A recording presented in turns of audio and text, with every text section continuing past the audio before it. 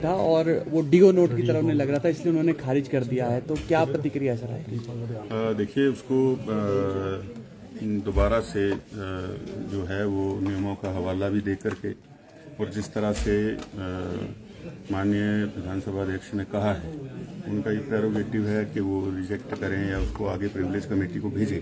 तो जो उन्होंने कहा है कि उसमें नियम का हवाला नहीं दिया गया है, वो नियम का हवाला दे करके और दोबारा से उसको विधिवत रूप से मैं उसको कल सबमिट करूंगा, क्योंकि जो भी बातें उसमें लिखी हैं वो सारी इस सदन की संपत्ति हैं, कार्रवाई का हिस्सा हैं।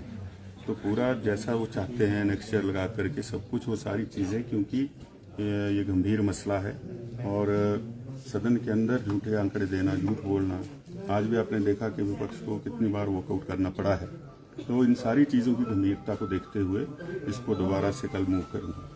सर, आपको क्या लगता है कि जो लड़ाई है आप दोनों की कहीं ऐसा तो नहीं व्यक्तिगत तौर पर पहुंच गई? क्योंकि जिस तरह के बयान होते हैं, मुख्यमंत्री भी आपको व्यक्तिगत तौर पर आपके खिलाफ बयानबाजी करते हैं, तो ये लड़ाई व्यक्तिगत चली गई राजनीतिक की जगह? व्यक्तिगत कोई लड़ाई नहीं है इसमें, मेरा तो व्यक्तिगत कोई मुद्दा ही नहीं है। इसमें बेरोजगारों का मुद्दा है, इसमें जो विधायकों को डिस्क्रिशनरी ग्रांट ऐच्छिक निधि पिछले सत्र में कहा था 1-1 लाख रुपया देंगे, वो मिली नहीं।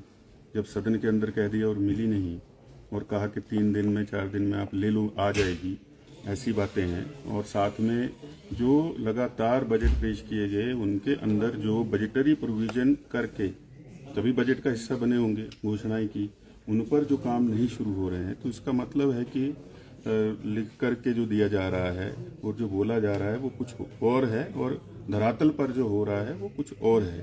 तो मैंने उनके साथ कोई जमीन थोड़ी बांटनी है। तो मैं दूसरे दल में हूँ, वो दूसरे दल में है, ठीक है, सदन के नेता हैं, लेकिन उस पद की गरिमा का ख्याल तो उनको खुद ही रखना है। उसके लिए कोई दूसरा व्यक्ति थोड़ी आएगा ख्याल रखने के लिए। सर, अध्यक्ष ने ये भी कहा कि कहा जा रहा है, विपक्ष में लगातार कह रहा है कि मुख्यमंत्री जो है सदन के अंदर झूठ बोल रहे हैं, कितना गंभीर मानते हैं?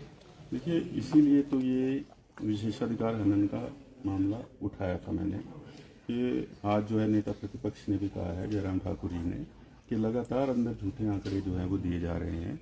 तो फिर इससे तो अच्छा कि ऐसे प्रश्नकाल के बजाय तो आरटीआई के माध्यम से इंसान जो है वो कोई भी व्यक्ति जानकारी ले ले, तो इसका औचित्य क्या रह गया? चुन करके आने का क्या औचित्य रह गया अगर जानकारी आपको गलत आ रही है? अध्यक्ष जी ने आज ये बने रहने के लिए आप प्रिविलेज मोशन लेकर आए हैं। उसके लिए कोई मुझे सुक्खू जी की जरूरत थोड़ी है कि मैं सुर्खियों में आऊँ नहीं आऊँ। तो और उनको क्या मैं बैसाखी बना करके अपनी राजनीति का सफर थोड़ी तय करूंगा। ठीक है, थैंक यू सर।